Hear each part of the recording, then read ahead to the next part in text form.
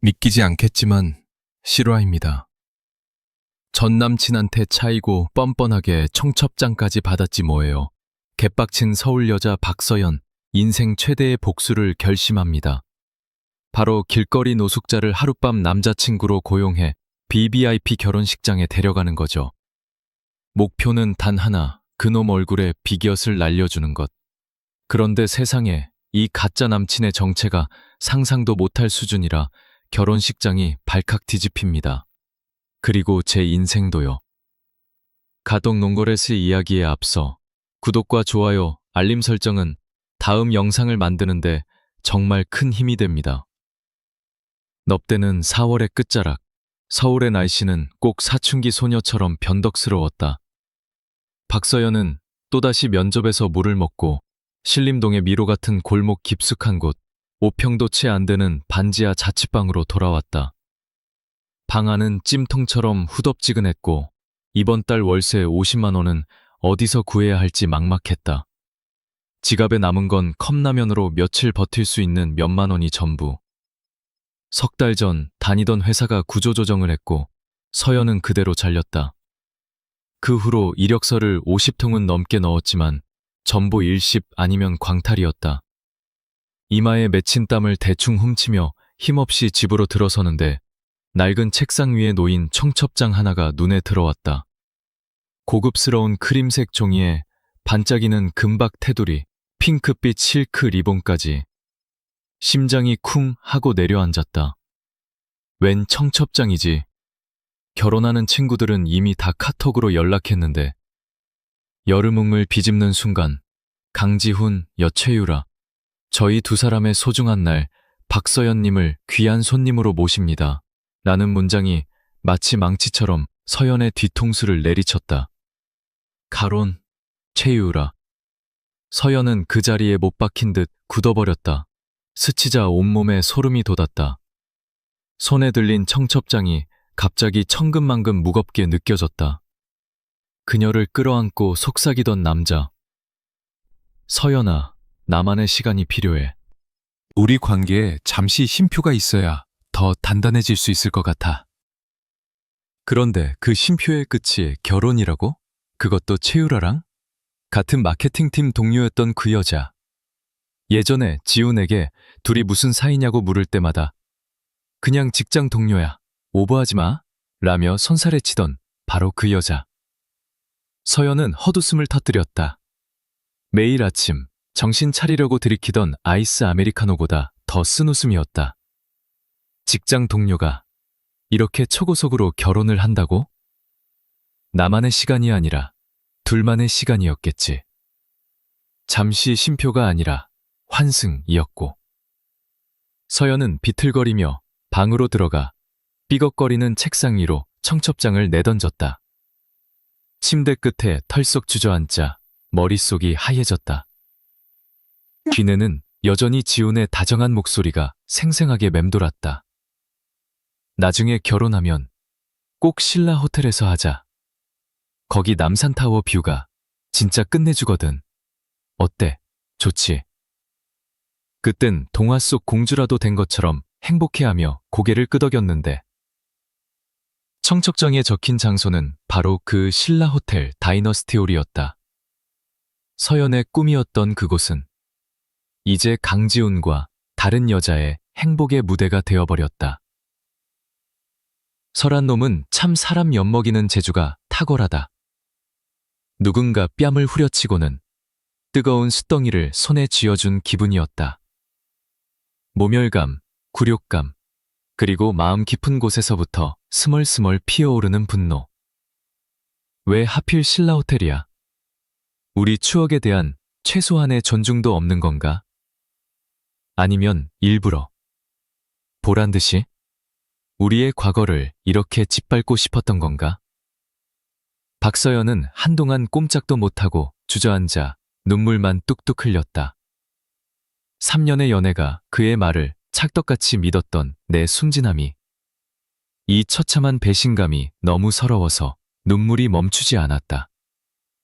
좁아터진 반지하 방도 그녀의 슬픔에 함께 짓눌리는 것 같았다. 하지만 한참을 흐느끼던 서연의 머릿속에 번개처럼 한 가지 생각이 스쳤다. 아니, 이렇게 무너질 순 없어. 두 인간이 내 비참한 꼴을 보게 둘 순 없다고.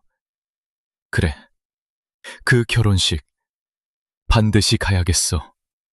꼭 가고 만다. 서연은 눈물을 급히 닦아냈다. 눈빛이 무섭도록 단호해졌다.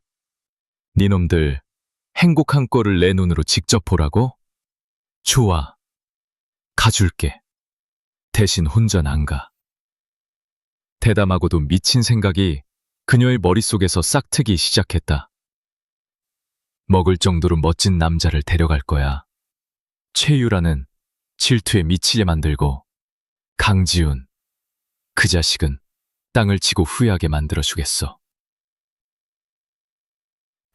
생각이 꽂히자 서연은 벌떡 일어났다.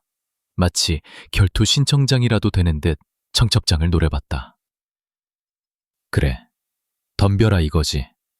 박서연이 얼마나 독한 여자인지 똑똑히 보여주마. 아무리 역같은 상황이라도 그날 밤만큼은 완벽한 남자를 구해내고 말겠어. 그런 남자를 대체 어디서 구하냐는 것이었다. 서연의 머릿속은 복잡해졌다. 이 복수국의 첫 번째 관문. 하지만 지금의 서연은 딱 하나만 생각했다. 강지훈 없이도 잘 살고, 아니, 훨씬 더 잘 산다는 걸 보여줘야 해. 그렇게 지옥 같은 청첩장을 받은 뒤 며칠간 서연은 넋이 나간 사람처럼 지냈다. 전 남친 결혼식에 존잘 남친 데려가기. 말은 번지르르 했지만 현실은 시궁창이었다. 찐친들은 서연의 사정을 훤히 아는데 어떻게 부탁하겠는가. 예전에 썸이라도 탔던 남자들을 떠올려봐도 강지훈의 코를 납작하게 만들 만한 인물은 없었다. 소개팅 앱을 뒤져봐도 죄다 낯선 얼굴에 영혼 없는 멘트들 뿐. 누굴 믿고 이 중대한 임무를 맡긴단 말인가.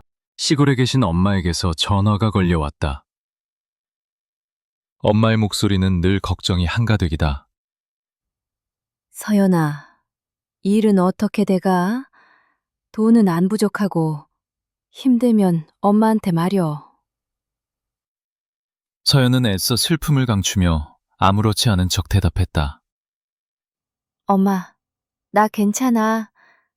새 직장도 알아보고 있고 걱정 마. 하지만 엄마를 속일 수는 없었다. 얼른 안정적인 직장부터 구해야 혀. 남자는 무슨 인연은 때 되면 오는겨. 네 몸뚱이나 먼저 챙겨. 엄마의 말은 막 타오르기 시작한 서연의 복수심에 찬물을 끼얹는 것 같았다. 그래, 엄마 말이 맞아.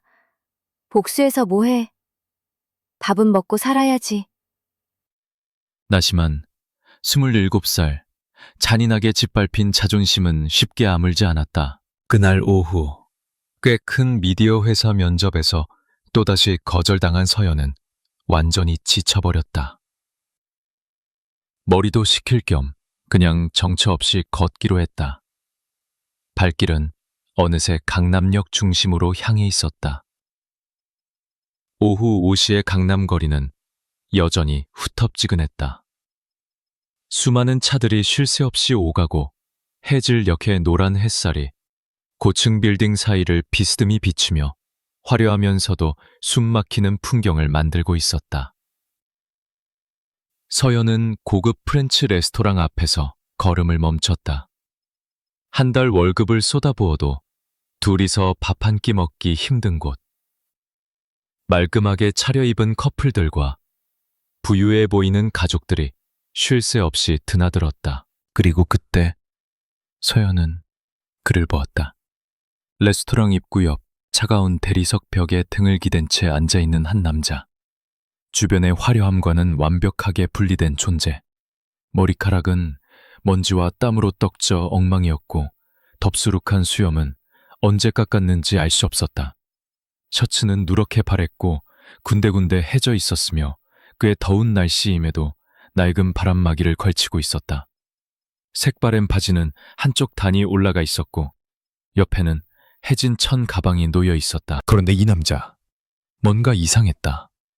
그는 구걸하지도 않았고 슬프거나 비참한 표정도 아니었다. 그저 오가는 사람들을 조용히 관찰하고 있을 뿐이었다. 깊이를 알 수 없는 파란 눈으로. 그 눈빛은 너무나도 평온해서 마치 자신과 상관없는 낯선 세상에 대한 다큐멘터리를 감상하는 듯했다. 세상과 거리를 둔 듯하면서도 모든 것을 꿰뚫어 보는 듯한 눈빛. 서연은 자기도 모르게 발걸음을 늦췄다. 왜인지 모르게 그 남자에게 시선이 갔다. 아마도 그녀가 지금껏 봐왔던 노숙인들과는 너무나도 달랐기 때문일 것이다. 잠시 망설이던 서연은 용기를 내어 다가갔다. 저기요. 목소리가 살짝 떨렸다. 괜찮으세요? 남자가 천천히 고개를 돌려 그녀를 보았다. 그의 맑은 눈은 조금의 주눅듦이나 자격지심도 없이 서연을 똑바로 응시했다.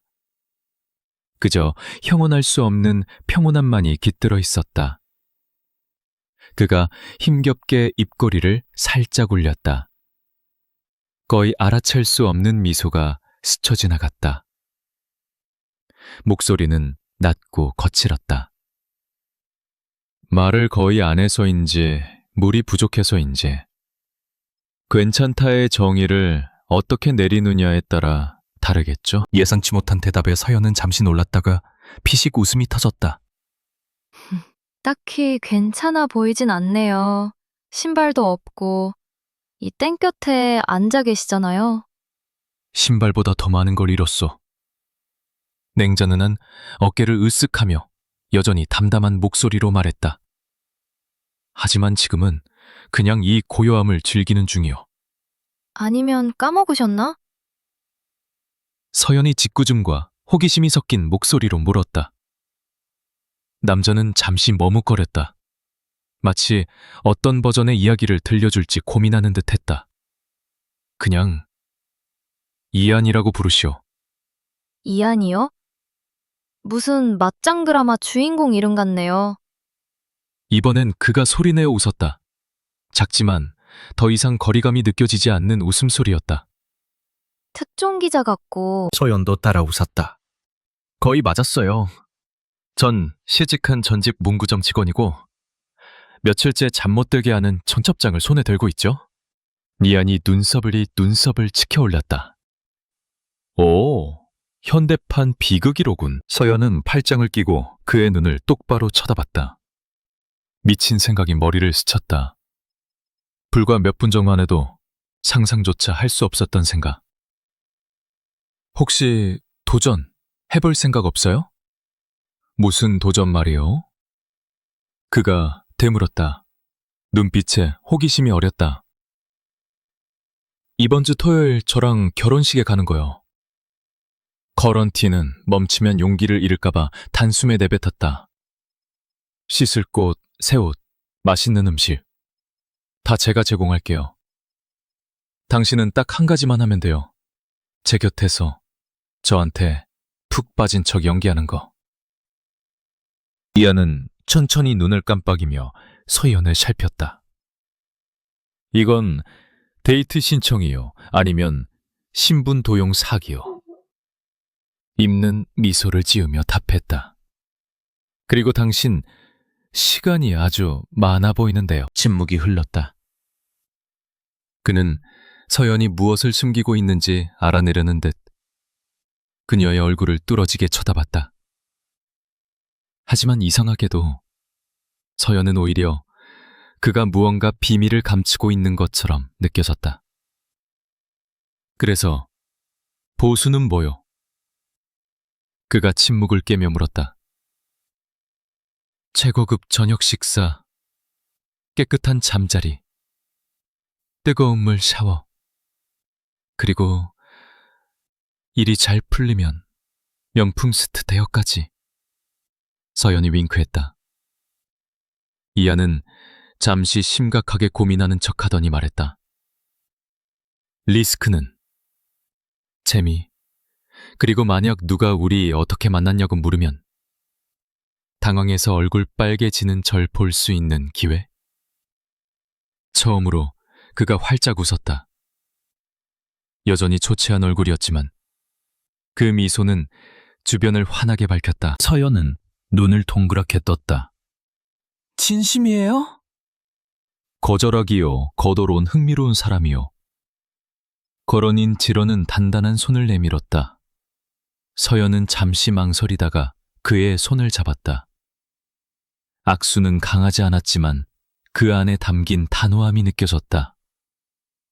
그 순간 서연은 자신이 인생에서 가장 미친 계약서에 사인을 했다는 것을 전혀 알지 못했다. 그리고 이한이라는 이 남자가 겉모습보다 훨씬 더 많은 것을 숨기고 있다는 것도. 하지만 그건 나중 일이고 지금 서연의 마음속엔 약간의 안도감과 걱정만이 교차할 뿐이었다. 적어도 결혼식에 데려갈 남자친구 문제는 비록 좀 기묘한 해결책이긴 하지만 일단 해결된 셈이었다. 결국 서연은 이한을 자신의 작은 반지하 방으로 데려왔다. 솔직히 오는 내내 마음이 조마조마했다. 이런 깨조조한 모습의 생판남을 집으로 데려간다는 민망함. 그리고 자신의 결정이 너무 미친 짓은 아니었을까 하는 걱정 때문이었다. 반면 이한은 태평했다. 마치 처음 서울에 온 관광객처럼 느긋하게 걸으며 흥미롭다는 듯 거리를 두리번거렸다. 방문 앞에서 서연은 잠시 머뭇거리다 열쇠를 돌렸다. 10평 남짓 한 방은 살림살이가 단출했고 며칠간 심란한 마음에 청소할 기력도 없어 좀 어수선했다. 서연은 민망한 듯 이한을 쳐다봤다. 방이 좀 좁죠. 이해해 주세요. 이한은 말없이 고개를 끄덕이더니 자연스럽게 안으로 들어와 다해진 슬리퍼를 문 한 구석에 가지런히 벗어두었다.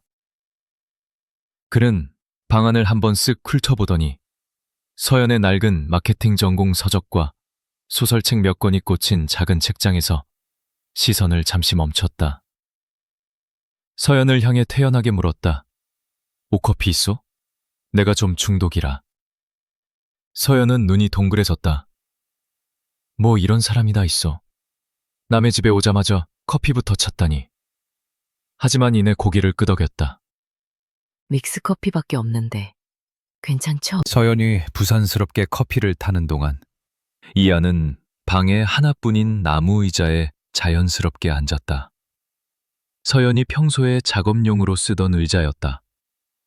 그는 조금도 꼬치꼬치 캐묻거나 궁금해하는 기색 없이 그저 조용히 서연을 지켜볼 뿐이었다. 이미 모락모락 나는 커피를 책상 위에 내려놓으며 서연이 헛기침을 했다. 자, 이한 씨.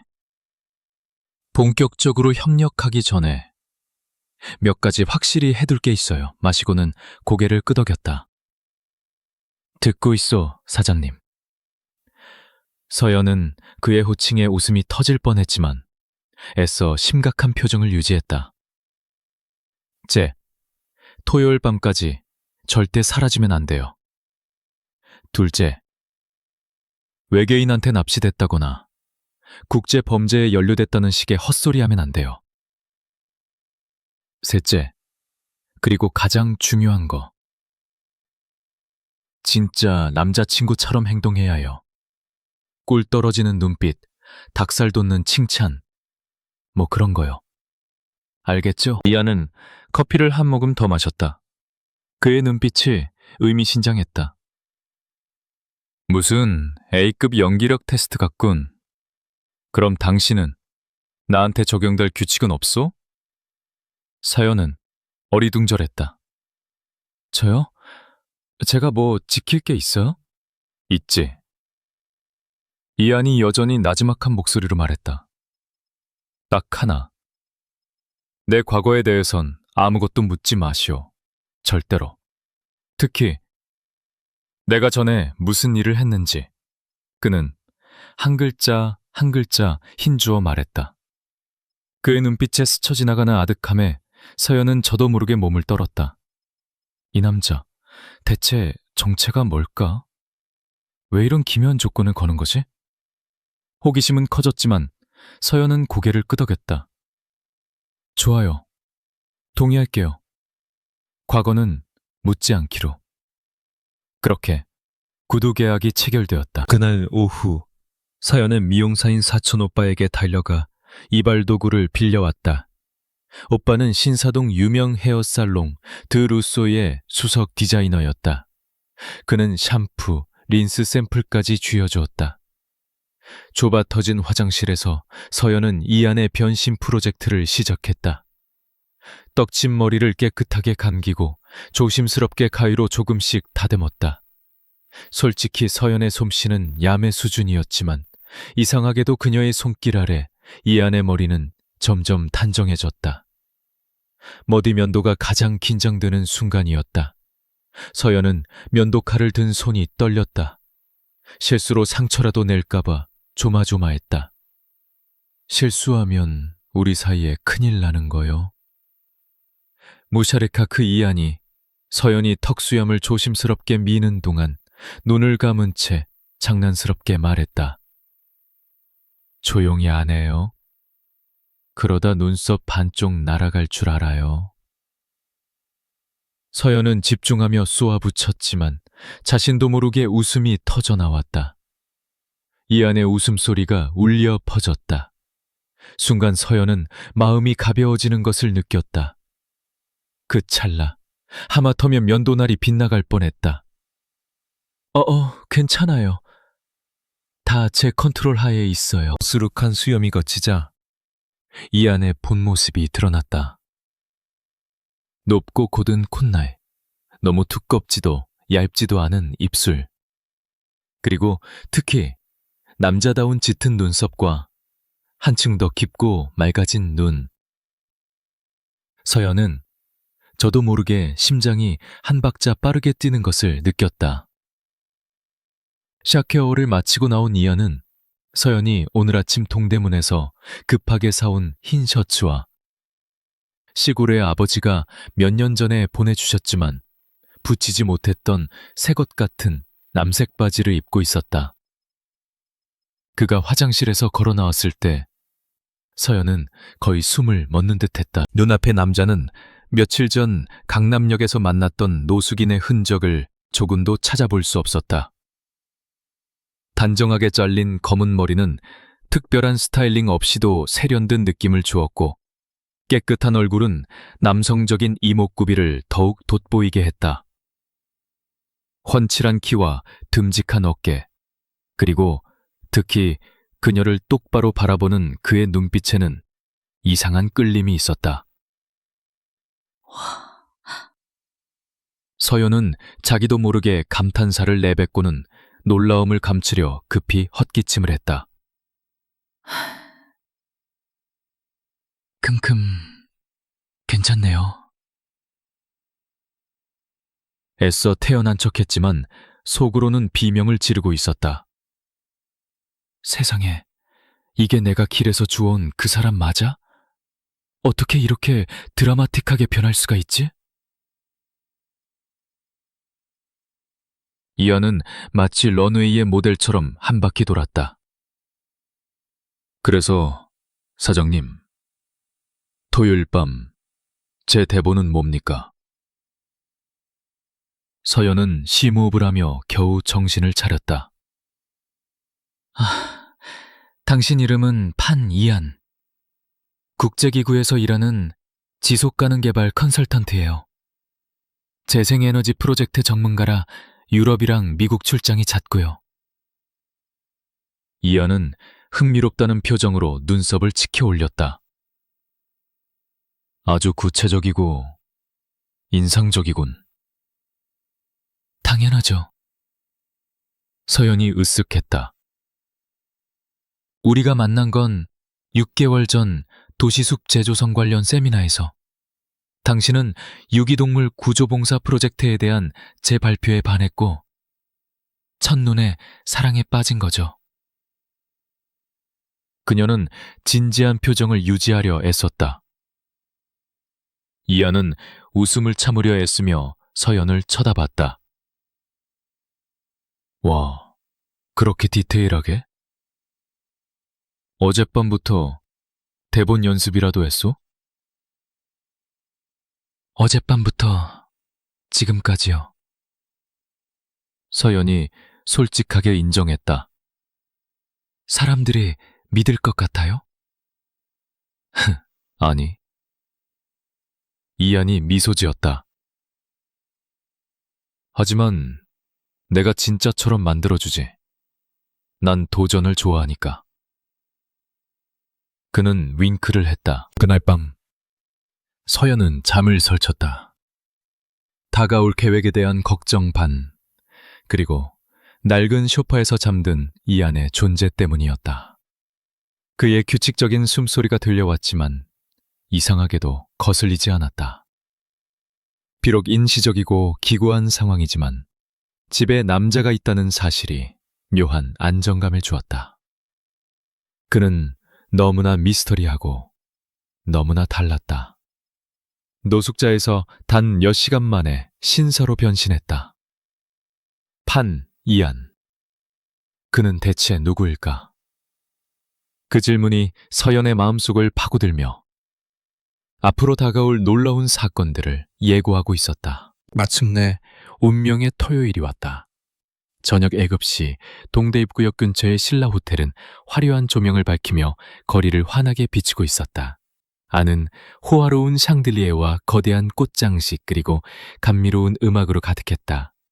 잘 차려입은 하객들이 속속 도착하고 있었다.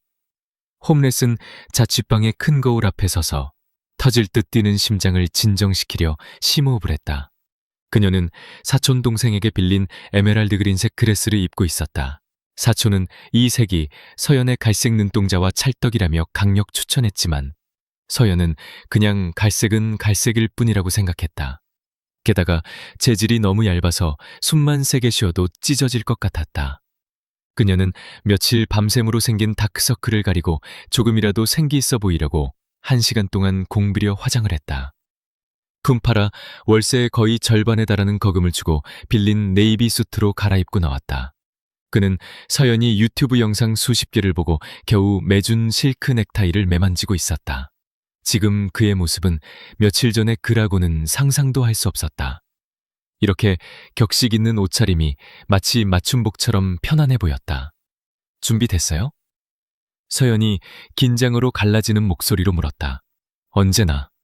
이안이 짧게 답하며 서연의 감정 기능을 뒤흔들기 위해 특별히 디자인된 것 같은 반쪽짜리 미소를 지었다. 강남으로 향하는 택시 안에서 서연은 3번이나 마음을 바꾸려 했다. 머릿속에 어떤 목소리가 이건 미친 짓이고 스스로를 망신시키는 짓이라고 소리쳤다. 그때 이안이 갑자기 그녀의 손을 잡았다. 따뜻하고 단단한 손이었다. 괜찮을 거요, 박서연 씨. 당신은 할 수 있어.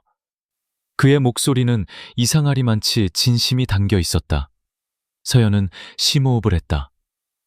완전히 통제 불능이 되거나 아니면 모든 게 완벽하게 돌아가거나 둘 중 하나겠죠. 뭐 저한테는 그게 그거지만 신라 호텔 다이너스티홀은 과연 5성급의 위용을 자랑했다. 영화 속 한 장면처럼 화려한 로비, 숭백의 커튼, 천장을 가득 메운 꽃, 그리고 무용수처럼 부드럽게 움직이는 직원들. 이 안에 팔짱을 끼고 들어서는 순간 서연은 모든 시선이 자신들에게 쏠리는 것을 느꼈다. 놀라움, 호기심, 그리고 어딘가에선 비웃음 섞인 미소도 스쳐 지나갔다. 그들은 로비를 지나 리셉션 데스크로 향했다. 훈련된 미소를 지닌 직원이 이름을 묻고 방명록에 무언가를 적었다. 서연이 조용한 구석 자리를 찾으려던 찰나 소름 끼치도록 익숙한 목소리가 들려왔다. 박서연? 강지희였다. 마치 강력한 충격에 대비하듯 천천히 몸을 돌렸다. 거기 오늘의 주인공인 신랑이 서 있었다. 비싼 턱시도, 왁스로 번쩍이는 머리, 그리고 온 세상이 자기를 중심으로 돌아간다고 믿는 듯한 그 표정까지. 지훈아. 그의 시선이 재빨리 이안을 훑고 서연에게 멈췄다. 네가 올 줄은 몰랐는데. 서연은 거울 앞에서 수백 번 연습한 미소를 지어 보였다. 청첩장에 환영한다고 써 있었잖아. 그리고 난 남의 행복을 축하해줄 기회를 절대 놓치지 않지. 이안이 한 발 앞으로 나서며 먼저 손을 내밀었다. 낮고 부드러운 목소리였다. 반이 이안입니다. 만나서 반갑습니다. 서연 씨 친구입니다. 그의 단단한 악수에 지우는 순간 당황한 듯했다. 친구요? 그러니까 남자 친구? 이안 서연을 쳐다보며 의미심장하게 윙크한 뒤 다시 지훈을 보았다. 그렇게 볼 수도 있겠네요. 저희는 지속가능 개발 관련 행사에서 만났습니다. 서연이 재빨리 말을 이었다. 목소리가 최대한 자연스럽게 들리도록 애썼다. 이안 씨는 도시숲 재조성 분야에서 일해요. 환경에 대한 열정이 대단한 분이죠. 서연은 술술 거짓말이 나오는 게 신기할 정도였다. 이안 몇 번 눈을 깜박였다. 당황한 기색이 역력했다. 그는 웃어야 할지 아니면 불쾌한 티를 내야 할지 모르는 것 같았다. 재밌네요.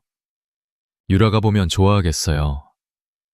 항상 서연 씨를 존경했거든요. 존경? 아니면 질투겠지. 서연은 속으로 생각했지만 겉으로는 미소를 유지했다. 저도 유라 씨 빨리 보고 싶네요. 그들은 무대와 댄스 플로어에서 꽤 가까운 테이블에 자리를 배정받았다. 이안은 마치 이런 행사가 익숙하다는 듯 행동했다. 그는 모든 종류의 나이프와 포크를 능숙하게 사용했고, 때때로 서연의 귀에 음식이나 장식에 대한 칭찬을 속삭였다. 심지어 옆 테이블의 사업가들과 지속가능 투자에 대해 자연스럽게 대화를 나누는 자신감까지 보였다. 아니, 이런 건 어떻게 알아요? 서연이 랍스터 버터구이 에피타이저를 먹으며 속삭였다. 유튜브 많이 봤어. 이안이 표정 변화 없이 태연하게 대답했다. 서연은 웃음이 터졌지만 그가 농담을 하는 건지 진심인지 알 수 없었다. 이 남자는 알면 알수록 더 미스터리했다. 감미로운 음악이 멎자 모든 시선이 중앙 계단으로 쏠렸다. 최유라가 나타났다. 작은 경기장 하나를 밝힐 만큼 반짝이는 보석이 박힌 순백의 웨딩 드레스를 입고 있었다. 그녀는 마치 큰 상을 받은 수상자처럼 자신이 그럴 자격이 충분하다는 듯 미소 지었다. 이제 막이 오르는군. 서연이 중얼거렸다. 유라는 지훈의 팔짱을 끼고 하객들에게 인사를 한 뒤 똑바로 서연의 테이블로 다가왔다. 박서연 선배님. 그녀가 가식적인 친밀함으로 음절을 길게 느리며 말했다. 와주셔서 너무 기뻐요. 어머, 옆에는 어떤 그리스 신이 함께 오셨대? 서연은 감정 조절 부문으로 오스카상을 받아도 될 만한 미소를 지었다. 내 남자친구, 이안 씨야. 유라는 이안을 위아래로 훑어보더니 미소 지었다. 하지만 눈은 전혀 다른 말을 하고 있었다. 만나서 반가워요. 실례지만 어디서 오셨어요? 노르웨이. 이안이 조금의 망설임도 없이 즉시 대답했다. 하지만 자란 곳은 여기입니다. 아버지가 외교관이셨거든요. 전 좀 더 소박한 삶을 좋아하는데 이 사람이 자꾸 끌고 와서요. 그는 서연을 애정어린 눈빛으로 바라보며 말했다. 유라는 놀란 듯 눈을 동그랗게 떴다. 오, 정말요. 흥미롭네요. 그녀는 들은 말을 소화할 시간이 필요하다는 듯 몸을 돌렸다. 서연은 웃음이 터져 나오는 것을 막기 위해 손으로 입을 가려야 했다. 그녀는 이연의 팔을 툭 치며 속삭였다. 지금 즉석에서 국제적인 배경까지 만들어낸 거예요. 청계천 다리 밑에서 살았다고 하는 것보단 낫지 않겠소. 이연이 어깨를 으쓱했다. 어느 쪽이 더 믿기 힘든 얘긴지는 나도 잘 모르겠지만 그는 주위를 둘러보더니 말했다. 춤 출까요? 지금요? 지금이 언제나 가장 좋은 타이밍이요. 이안이 미소 지었다. 서연은 잠시 망설이다 고개를 끄덕였다. 댄스 플로어, 부드러운 노란 조명과 감미로운 음악 아래 이안은 서연을 가까이 끌어당겼다. 너무 가깝지는 않게. 딱 서로의 눈을 마주 볼 수 있을 만큼. 즐겁소? 그가 나지막이 물었다. 놀라워요. 뭐가 말이오? 당신이요. 놀라움의 연속이에요, 이안 씨. 서연이 진심으로 대답했다.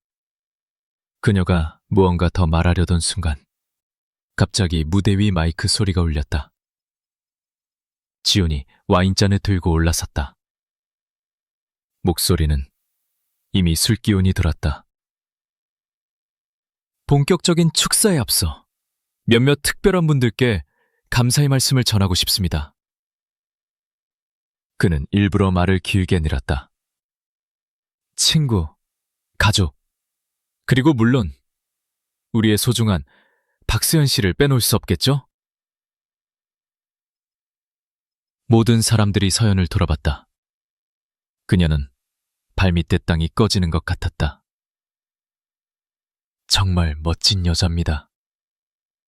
지훈이 비아냥거리는 투로 말을 이었다. 우리에게도 한때 이야기가 있었죠. 그리고 이렇게 멋지게 앞으로 나아가는 모습을 보니 정말 기쁘네요. 그것도 노르웨이 남자분이란 말이죠. 내에서 몇몇 킥킥거리는 웃음소리가 들려왔다. 서연은 벌떡 일어섰다. 목구멍까지 차오른 분노를 억지로 삼켰다. 죄송해요. 저 바람 좀 쐬고 올게요. 너밤의 말을 마친 그녀는 심장이 터질 듯 뛰어 호텔 옆 작은 정원으로 뛰쳐나갔다. 그녀의 연극은 산산조각날 위기에 처했다. 그리고 저 미스터리한 남자, 이안. 그는 대체 누구길래 이렇게 완벽한 연기를 할 수 있는 걸까? 신라 호텔 뒤편의 작은 정원은 청사 초롱과 만개한 두겐빌레아, 그리고 작은 인공 연못으로 아기자기하게 꾸며져 있었다. 은은한 노란 조명이 푸른 잎사귀를 비추며 시끄러운 연회장과는 완전히 분리된 고요한 공간을 만들고 있었다. 하지만 지금 서연의 마음은 폭풍우가 몰아치고 있었다. 그녀는 플루메리아 나무에 기댄 채 서서 터져나오는 눈물을 참으려 애썼다. 수많은 사람들 앞에서 강지훈에게 일부러 망신을 당한 그 기분은 굴욕적이면서도 숨이 막힐 만큼 분했다. 그 자식 일부러 그랬어. 분명히 일부러 그런 거야. 서연은 이를 악물었다. 두 손을 꽉 쥐었다. 대체 왜 자기가 더 대단한 사람인 척 하려고? 주디, 이안이 나타났다. 그는 조용히 서연에게 다가와 나지막이 말했다. 박서연 씨, 괜찮소? 서연은 황급히 고개를 돌려 뺨을 타고 흐르는 눈물을 닦았다. 괜찮긴 뭐가 괜찮아요. 못 봤어요? 목스가 갈라졌다. 내가 돈까지 져가면서 당신을 여기 데려온 게 뭔데요? 사람들한테 바보처럼 손가락질 당하고 비웃음 사려고? 당신은 아주 잘 대처했어. 이안은 여전히 평온한 목소리를 유지했지만 서연은 그의 눈에서 낯선 감정, 거의 걱정에 가까운 무언가를 보았다. 그런 쓰레기 같은 놈의 말에 휘둘리지 마시오. 그는 그럴 가치도 없는 인간이야. 그는 자켓 안주머니에서 새하얀 손수건을 꺼내 서연에게 건넸다. 작은 행동이었지만 서연은 놀랐다. 손수건이라니. 이 남자는 정말 예측 불가능하네. 묵거리며 손수건을 받아 눈물을 닦았다. 하지만 여긴 그 자식 결혼식이에요. 내가 꿈에 그리던 바로 그곳에서. 그 자식도 그걸 잘 알아요. 이안은 잠시 침묵하더니 조용히 말했다. 대처하는 가장 좋은 방법은 자신이 아무렇지 않다는 걸 보여주는 것이요. 말이야 쉽죠. 서연이 한숨을 쉬었다. 지금은 그냥 쥐구멍에라도 숨고 싶어요. 서연이 말을 마치자마자 날카롭고 위협적인 여성의 목소리가 등 뒤에서 들려왔다. 난 당신을 아는데 당신 여기 있으면 안 될 사람이야. 서연은 깜짝 놀라 돌아봤다. 40대 중후반으로 보이는 여성이 서 있었다. 완벽하게 재단된 회색 정장, 바닥에 또각거리는 명품 구두, 깔끔하게 올린 머리, 그리고 자신감과 권위가 넘치는 얼굴. 그녀의 날카로운 눈은 이안을 뚫어져라 쳐다보고 있었다. 이안은 잠시 멈칫했지만 이내 평정을 되찾았다. 그는 기억을 더듬는 듯 미간을 살짝 찌푸렸다. 아마 사람을 잘못 보신 것 같습니다만. 여자는 비웃었다. 고의라고는 찾아볼 수 없는 웃음이었다. 잘못 봤다고? 판이안, 한때 세상을 떠들썩하게 했던 나노테크 그룹의 창업주, 구 판국한 회장님의 외아들. 2년 전만 해도 서울에 있는 나바로 법률사무소 본사에 꽤 자주 드나들었잖아. 수염 스타일은 좀 달라졌고 셔츠는 지금보다 늘 구겨져 있었지만 그 특유의 빛나는 눈빛은 어디서든 알아볼 수 있지. 서연은 그 자리에 얼어붙었다. 귀가 먹먹해졌다. 나노테크. 언론에서 수조원태 프로젝트와 복잡한 내부 다툼으로 자주 언급되던 거대 기술 그룹. 판이안, 회장의 외아들.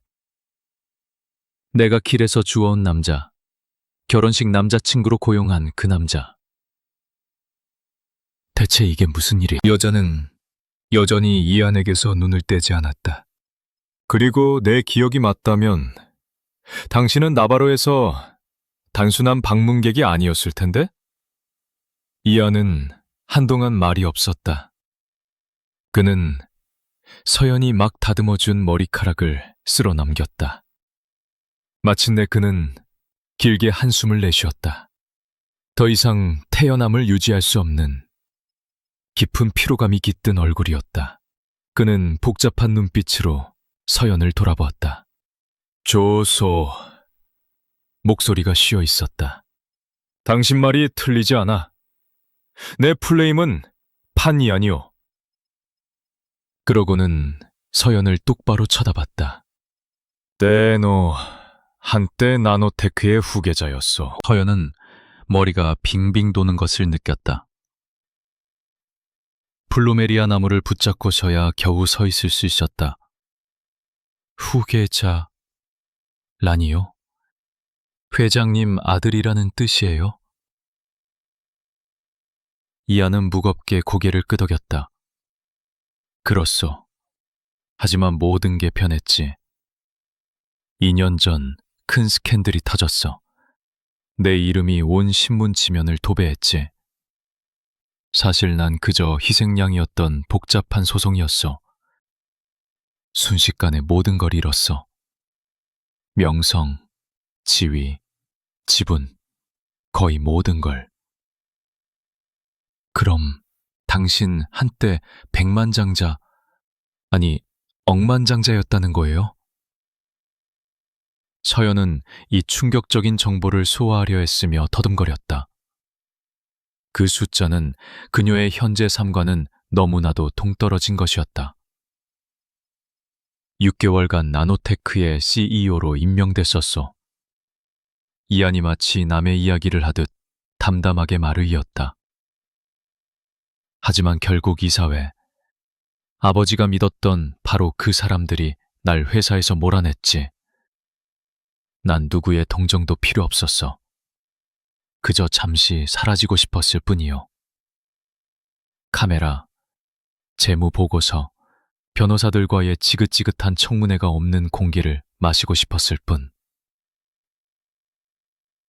사임원연이 낡은 기사에서 본 기억이 맞다면 김청미 변호사일 그 여자는 여전히 차가운 목소리로 말했다. 경고하는데 판이안, 당신이 누군지 그렇게 쉽게 잊을 사람은 많지 않아. 당신이 여기 나타난 것만으로도 불필요한 문제를 일으킬 수 있어. 말을 마친 그녀는 뒤돌아섰다. 또각거리는 구두 소리가 정원의 어둠 속으로 사라졌다. 마치 중요한 임무라도 완수한 것처럼. 서연은 얽힌 실타래처럼 복잡한 심정으로 이안을 바라보았다. 머릿속에는 수많은 질문이 춤을 추고 있었다. 자신의 작은 반지하 방을 공유하고 직접 머리를 잘라주고 면도를 해주고 함께 로맨틱한 사랑의 시나리오를 꾸며낸 이 남자. 이렇게 화려하고 파란만장한 과거를 가졌을 줄이야. 컴피스케이트하던 이안이 머뭇거리며 서연의 눈을 깊이 들여다보았다. 이제 알았겠지.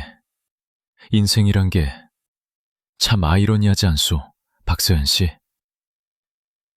그의 질문은 파티장에서 희미하게 들려오는 음악 소리와 함께 정원의 정적 속에 맴돌았다. 서연은 뭐라고 대답해야 할지 몰랐다.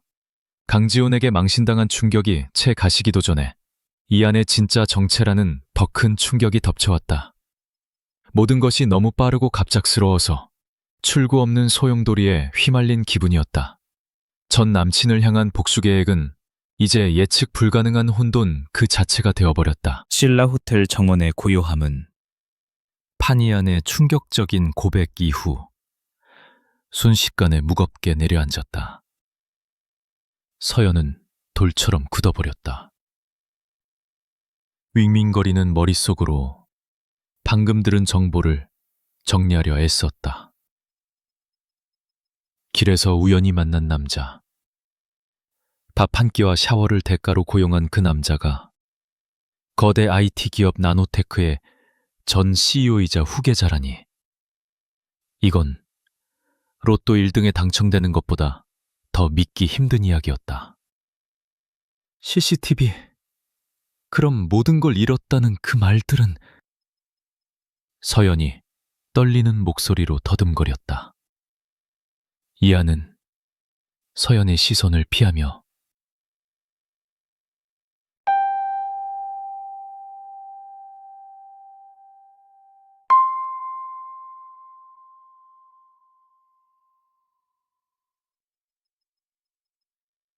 서연이 떨리는 목소리로 더듬거렸다. 서연이 시선을 피나며 예더. 거대 아이표, 사원 그만에 피어는 망자.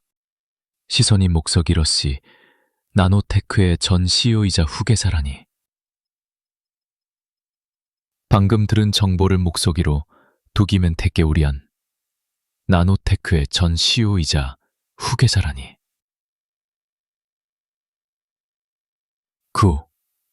나노테크의 재원 전기를.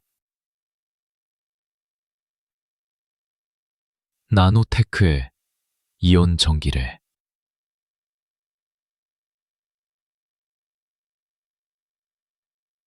서연이 떨리는 목소리로 더듬거렸다. 서연이 떨리는 목소리로 더듬거렸다. 이안은 떨리는 목소리로 더듬거렸다. 방금 들은 정보를 목소리로 독이면 택개우리안. 서연은 더 이상 할 말을 잃었다. 처음 느꼈던 배신감은 금세 혼란과 경악 그리고 희미한 연민으로 바뀌었다. 그렇게 대단한 과거를 가진 남자가 왜 노숙 생활을 택했을까? 대체 무엇으로부터 도망치고 있는 걸까? 그들은 말없이 호텔을 빠져나왔다.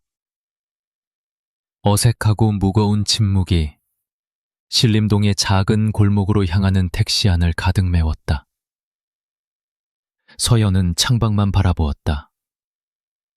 서울의 밤은 여전히 화려했지만 그녀의 마음은 천근만근 무거웠다. 이안 역시 아무 말 없이 그저 알 수 없는 눈빛으로 그녀를 바라볼 뿐이었다. 모평남짓한 반지 하광에 도착하자 좁은 공간은 방금 드러난 거대한 비밀 때문에 더욱 숨막히게 느껴졌다. 서연은 지친 듯 침대에 탈석 주저앉았고 이안은 낡은 배낭을 맨 채 방구석에 서 있었다. 잠긴 목소리로 물었다. 왜 이런 삶을 선택한 거예요? 당신 신분이라면 얼마든지 뭘 할 수 있었을까? 이안이 씁쓸한 목소리로 말을 잘랐다. 또 다른 거짓된 인생을 살라고? 아니면 권력자들의 손에 놀아나는 꼭두각시가 되라고? 난 이제 너무 지쳤어, 박서연. 그냥 나 자신으로 있고 싶었을 뿐이야. 비록 집이 없더라도. 서연은 침묵했다. 그의 세계는 그녀가 알던 세상과는 너무나 달랐고 너무나 복잡했다. 그날 밤 둘은 거의 잠들지 못했다. 서연은 수천 가지 질문으로 뒤척였고 이안은 낡은 소파에 조용히 앉아 창밖 가로등 불빛만 바라보았다. 그들의 가짜 관계는 이제 비극적인 진실의 색을 띠기 시작했다. 다음 날 아침 서연이 아직 꿈결을 헤맬 때 전화벨이 요란하게 울렸다.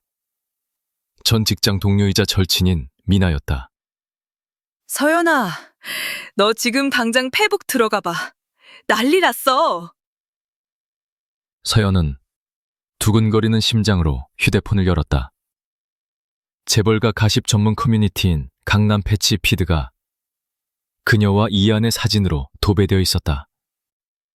어젯밤 결혼식장에서 이안이 다정한 눈빛으로 그녀를 바라보는 사진과 함께 자극적인 헤드라인이 걸려 있었다. 판이안, 2년의 잠정뜸 항태자 깜짝 등장. 단 몇 시간 만에 게시물은 좋아요 수만 개, 댓글과 공유는 수천 개를 넘어섰다. 찌라시 언론들도 재빨리 정보를 짜깁기에 온갖 자극적인 내용을 덧붙였다. 박서연과 판이안의 이름은 실시간 검색어 1위에 올랐다. 서연의 휴대폰은 쉴 새 없이 울렸다. 모르는 사람들의 친구 추가 요청, 낡은 개인 SNS 계정은 탈탈 털렸고 온갖 종류의 댓글이 쏟아졌다. 현대판 신데렐라라며 부러워하는 사람, 계획적으로 접근한 꽃뱀이라며 비아냥거리는 사람, 2년 전 나노테크 스캔들까지 다시 수면 위로 떠올라 난도질 당했다. 서연은 머리를 감싸 쥐었다. 세상이 빙빙 도는 것 같았다. 어제까지만 해도 무명의 백수였는데 오늘은 미디어 폭풍의 한가운데에 서 있었다. 사냥당하는 짐승이 된 기분이었다. 그때 이안이 서연의 옷을 빌려 입고 화장실에서 나왔다. 넋이 나간 그녀의 얼굴과 붉어진 눈시울을 본 그의 미간이 좁혀졌다. 무슨 일이요? 서연은 떨리는 손으로 휴대폰을 건넸다. 이안은 빠르게 헤드라인을 훑었다. 그의 얼굴에는 감정이 드러나지 않았지만 서연은 그의 손이 미세하게 떨리는 것을 보았다.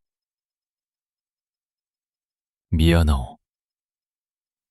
그가 나직이 말했다. 내 존재가 당신에게 이렇게 큰 폐를 끼칠 줄은 몰랐소. 폐요?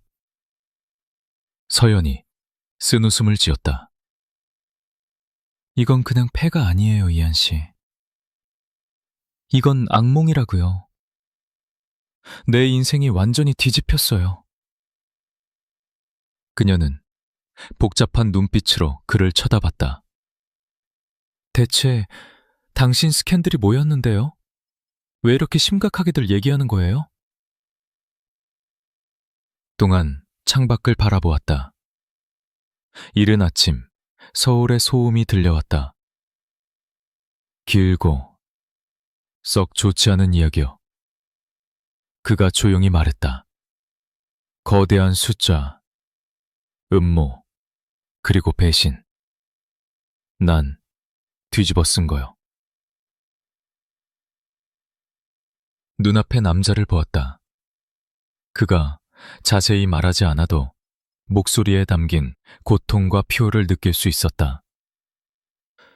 태연하고 무심한 겉모습 뒤에 숨겨진 연약하고 상처받기 쉬운 모습을 처음으로 보았다. 처음의 분노는 어느새 가라앉고 그 자리에는 호기심과 동질감 비슷한 감정이 싹 텄다. 세상이 온통 그들의 이야기로 떠들썩한 이 순간, 이 작은 반지하 방 안에서는 전혀 다른 두 세계에서 온 두 사람 사이에 기묘한 유대감이 형성되고 있었다. 미디어의 폭풍은 이 위태로운 관계를 날려버릴까? 아니면 오히려 그들을 더 가깝게 만들까? 당조기심 그들의 미래처럼 흐릿하고 예측 불가능했다. 파니안과 미스터리한 연인 박서연이라는 이름의 미디어 폭풍은 잠잠해질 기미가 보이지 않았다. 서연의 휴대폰은 매일 모르는 사람들의 메시지와 이름도 들어보지 못한 매체들의 인터뷰 요청으로 넘쳐났다. 모하푸지기를 걸으면 누군가 쳐다보는 시선이 느껴졌다. 파파라치들이 집 근처를 어슬렁거리며 어떤 순간이라도 포착하려 애썼다. 서연은 숨이 막혔다. 안식처였던 반지하 방은 이제 답답한 새장이 돼버렸다. 이안의 과거, 인터넷의 악성 루머, 대중의 시선, 모든 것이 보이지 않는 짐이 되어 그녀의 어깨를 짓눌렀다. 이 미스터리한 남자를 향해 막 싹트던 희미한 감정마저 두려움과 혼란에 짓눌렸다. 그녀는 탈출구가 필요했다. 이 모든 혼란에서 벗어나내너 모든 과무지의 간정샤베나실까년 차구이 너를 수인지. 그녀는 탈출구가 필요했다. 그녀는 탈출구가 필요했다. 그녀는 탈출구가 필요했다. 탈출구가 필요했다.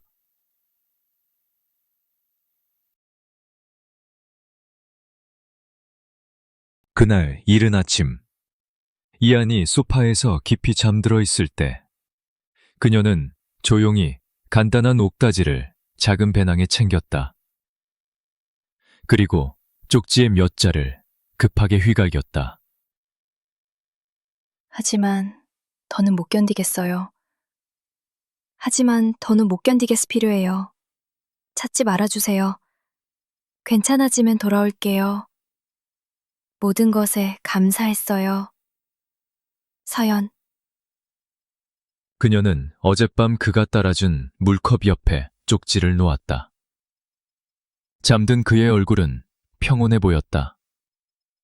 그녀가 아는 보이지 않는 짐을 짊어진 피곤한 모습과는 달랐다. 서연은 작게 한숨을 쉬고 조용히 집을 나섰다. 서연이 향한 곳은 전라남도 구례의 작은 마을. 엄마의 여동생 유기모가 사는 곳이었다.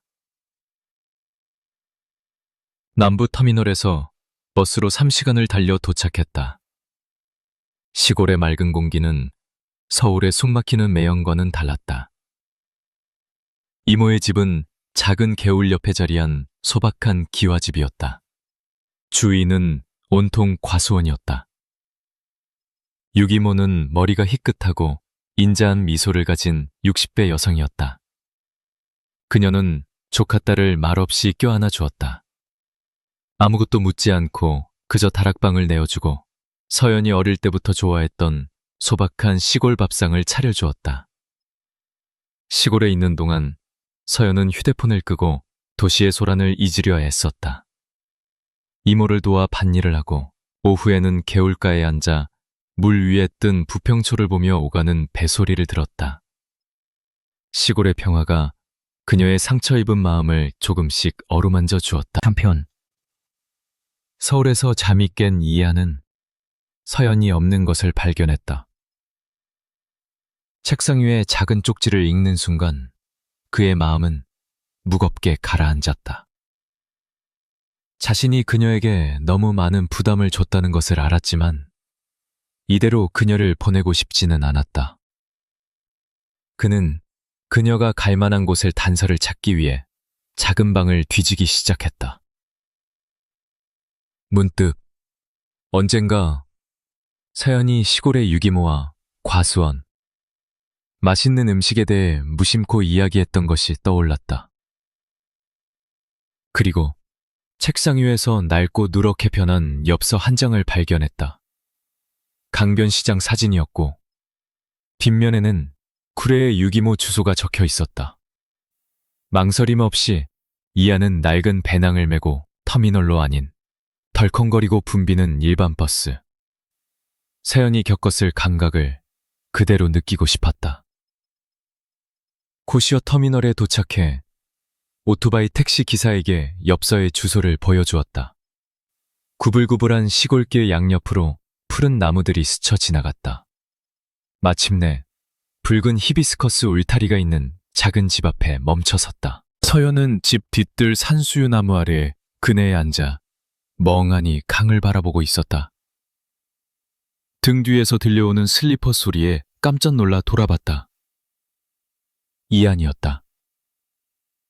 땀에 젖고 지친 얼굴이었지만 그의 눈은 그녀를 향해 밝게 빛나고 있었다. 이한, 씨, 서연은 너무 놀라 말을 잇지 못했다. 어떻게 여기 찾지 말라고 했잖아요. 내 맞은편에 앉았다. 당신이 한 말은 알지만 걱정하지 않을 수가 없었어. 박서연 씨, 당신이 그렇게 가버려서. 그는 머레카 멈췄다. 마음이지 않았어. 어떻게 여길 알았어요? 서연은 여전히 충격에서 벗어나지 못했다. 약간의 운과 얻다. 그가 부드럽게 미소 지하게 했었어. 침묵이 흘렀다. 나뭇잎 스치는 바람 소리와 물결 소리만이 들려왔다. 미안해요. 마침내 서연이 작은 목소리로 말했다. 빠르고 복잡했어요. 생각할 시간이 필요했어요. 이해하오. 이한이 고개를 끄덕였다. 내가 당신에게 너무 많은 문제를 안겨줬지. 처음부터 내 정체를 밝혔어야 했는데. 그는 서연의 눈을 깊이 들여다봤다. 그의 목소리는 진심이었고 어딘가 절박함이 묻어났다. 잘 들어요, 박서연. 내가 누구였는지, 내 과거에 대해 거짓말을 했을지 모르오. 그건 내 잘못이고 정말 미안하오. 하지만 당신 곁에 있을 때 느꼈던 감정, 그건 단 하나도 거짓이 아니었어. 우리가 나눴던 대화, 당신이 서투르게 내 머리를 잘라주던 순간, 당신이 말도 안 되는 일로 화내던 순간까지, 그 모든 순간이 나에겐 진짜였어. 그는 용기를 내듯 심호흡을 했다. 미래가 어떻게 될지 모르겠어, 박서연. 당신에게 평온한 삶을 가져다 줄 수 있을지 모르겠어. 하지만 한 가지는 확실히 알아요. 난 정말로 당신 곁에 있고 싶소. 구례 시골의 평화로운 풍경 속에서 울려 퍼진 판이안의 진심 어린 고백은 서연의 마음속에 있던 혼란과 두려움을 씻어내는 맑은 물줄기 같았다. 길이 눈을 깊이 들여다보았다. 처음 만났을 때 거리감과 무심함은 사라지고 이제 그의 눈에는 간절함과 상처받기 쉬운 여린 모습이 비쳤다. 어쩌면 이 모든 거짓과 사건들 끝에 이것이 그의 진짜 모습일지도 모른다. 이모는 눈치껏 시원한 코코넛 주스 2잔을 들고 와 대나무 탁자 위에 놓고는 두 젊은이가 마음에 엉킨 실타래를 풀도록 조용히 집 안으로 들어갔다. 서연은 코코넛 주스를 한 모금 마셨다. 달콤한 맛이 퍼져나갔다.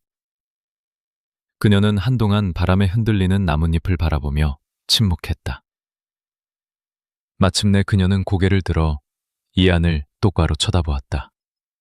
이 모든 걸 잊을 수 있을지 모르겠어요. 이안 씨, 당신의 과거는 내 작은 세상에 비해 너무 크고 복잡해요. 잊으라고 하지 않겠소. 이안이 여전히 따뜻한 목소리로 말했다. 다만 당신이 나에게, 우리에게 기회를 주길 바랄 뿐이요. 지금의 판 이안, 당신 앞에 앉아있는 이 남자가 하는 말이 진심이라는 걸, 이 감정이 진짜라는 걸 증명할 기회를. 서연은 다시 침묵했다. 머릿속에서는 수많은 생각이 맴돌았다.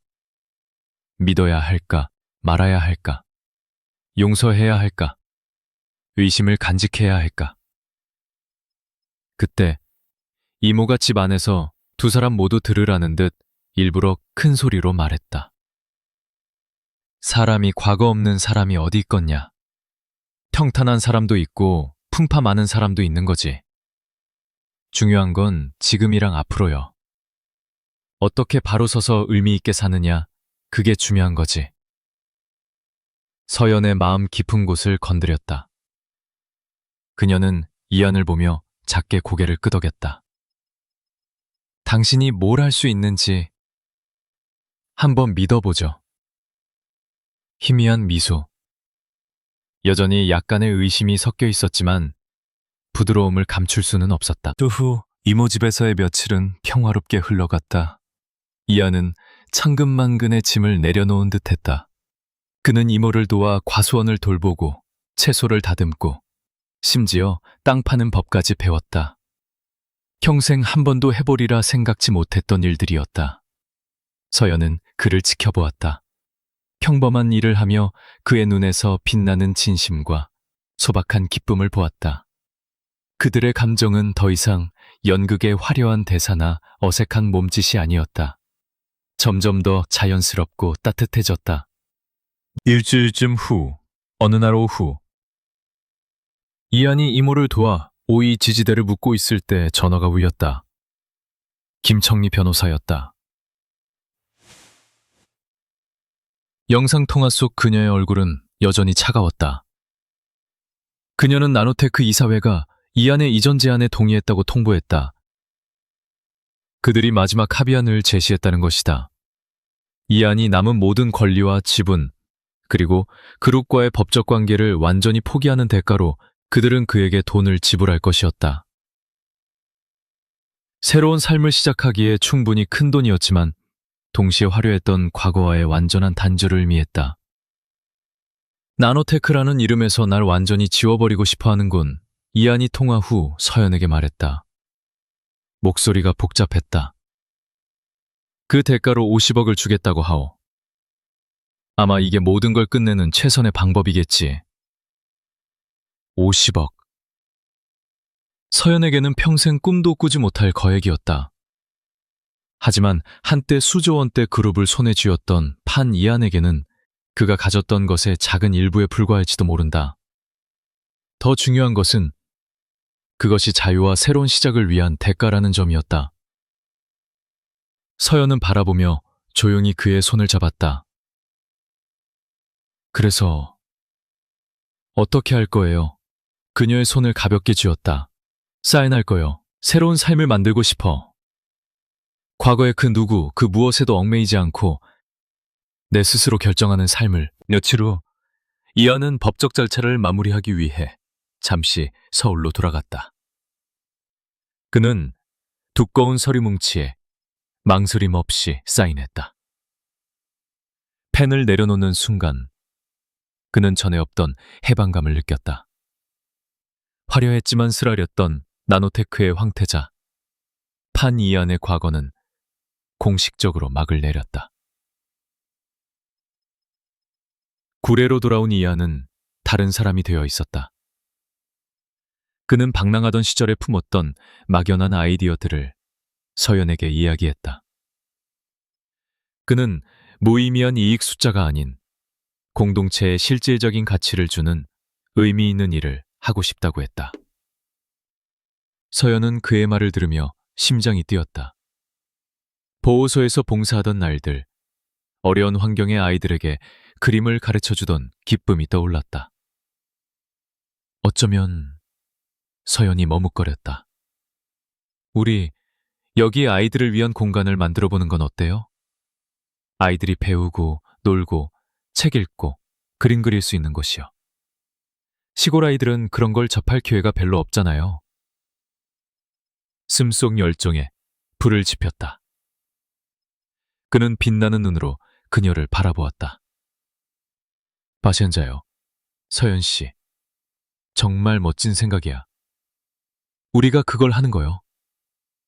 단순한 예술 공간이 아니라 커뮤니티 문화센터. 아이들부터 어른까지 모두 와서 배우고 나누고 성장할 수 있는 곳으로. 그들은 함께 앉아 첫 아이디어를 스케치했다. 이모도 자신의 삶의 경험에서 우러나온 진심 어린 조언을 보탰다. 그들은 지식뿐만 아니라 마음을 키우고 사람들을 연결하는 곳을 만들고 싶었다. 통영은 뭘로 할까요? 서연이 물었다. 이안은 비가 갠 뒤 동쪽 하늘이 밝아오는 것을 보며 미소 지었다. 와일드파이어스 커뮤니티 문화센터. 어떠하오? 새벽빛. 서연이 되뇌었다. 좋은 이름이네요. 새로운 날, 새로운 시작. 우리들에게도, 그리고 우리가 도울 사람들에게도 새로운 희망을 상징하는 것 같아. 그렇게 과거를 판 돈 50억과 열정으로 가득 찬 마음으로 판 이안과 박서연은 새벽빛을 함께 짓기로 결심했다. 그들은 버려진 낡은 학교나 개조가 필요한 낡은 마을회관 같은 적당한 장소를 찾기 시작했다. 도전으로 가득하지만 희망이 넘치는 새로운 여정이 그들 앞에 펼쳐지고 있었다.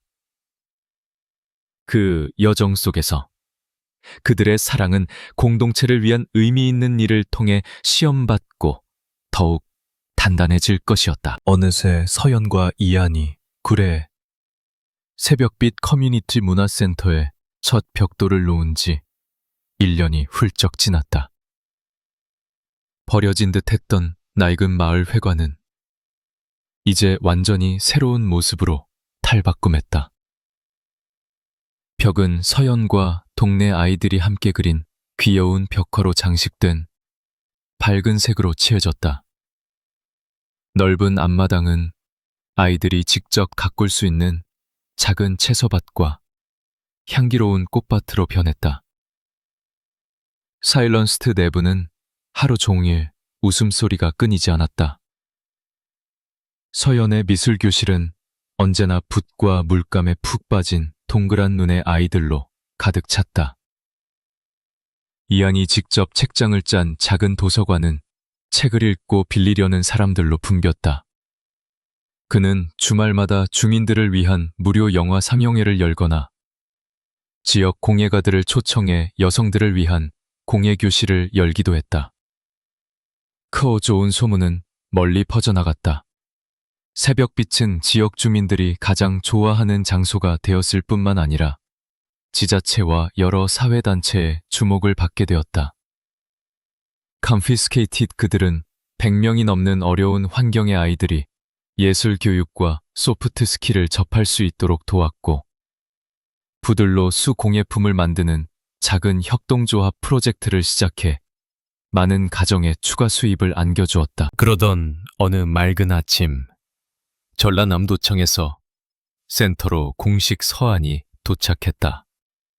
서한에는 새벽빛 센터가 그해 지역사회 발전 공헌상을 수상하게 되었다는 내용이 담겨 있었다. 서연과 이연, 그리고 지역사회 전체의 끊임없는 노력에 대한 귀중한 인정이었다. 시상식은 주말에 도청 대강당에서 성대하게 열릴 예정이었다. 서연은 기쁨의 눈물을 흘렸다. 그녀는 이안을 힘껏 껴안으며 벅차오르는 자부심과 행복을 느꼈다. 이한 씨, 봤어요? 우리가 해냈어요. 우리 새벽빛이 인정받았다고요. 이안도 따뜻하고 자랑스러운 미소를 지었다.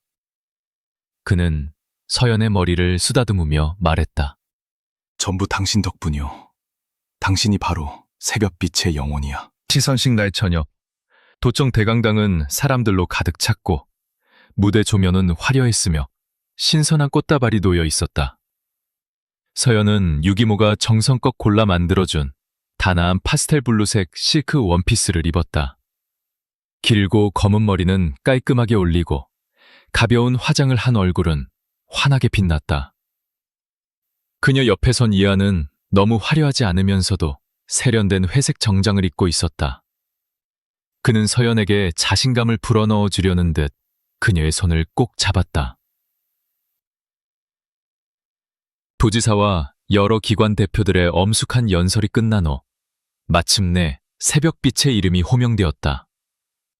우레와 같은 박수 소리가 강당을 가득 메웠다.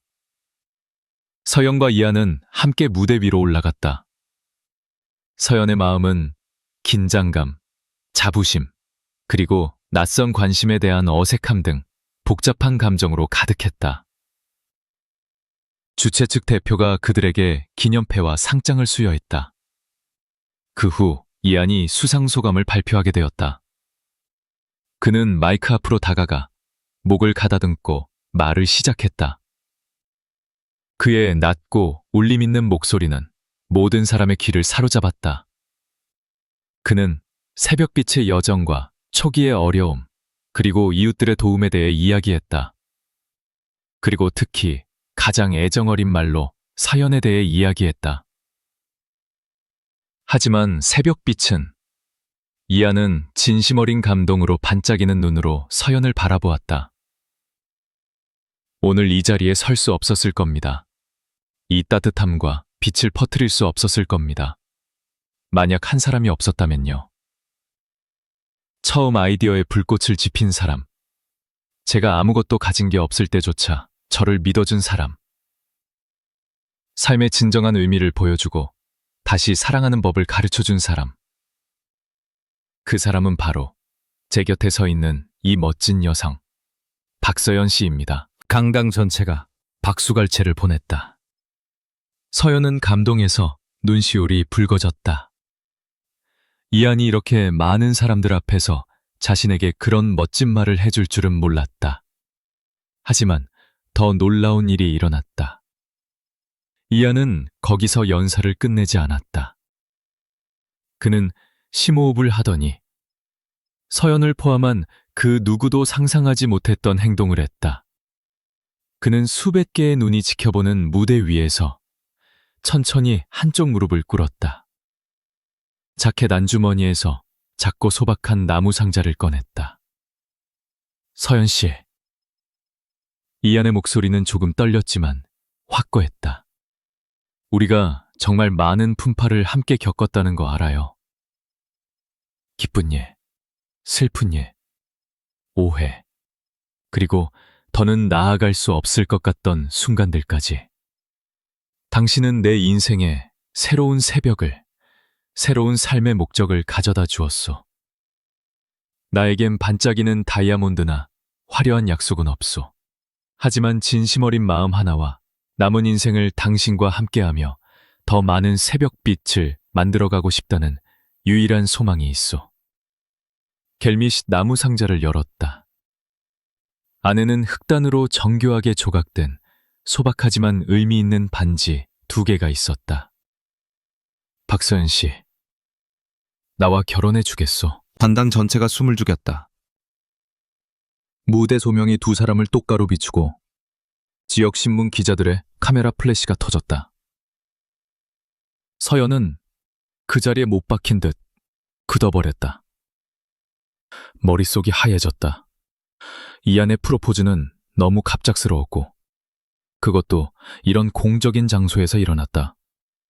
기쁨, 감동, 하지만 그 무엇보다 당혹감과 막연한 두려움이 밀려왔다.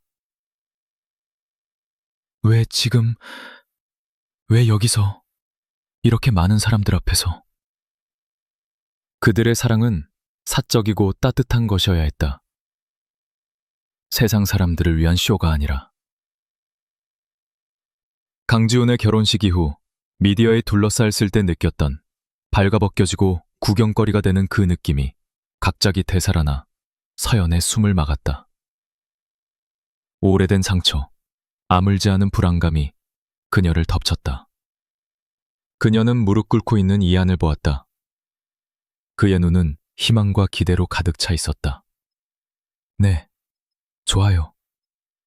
라고 말하고 싶었다. 정말로 그렇게 말하고 싶었다.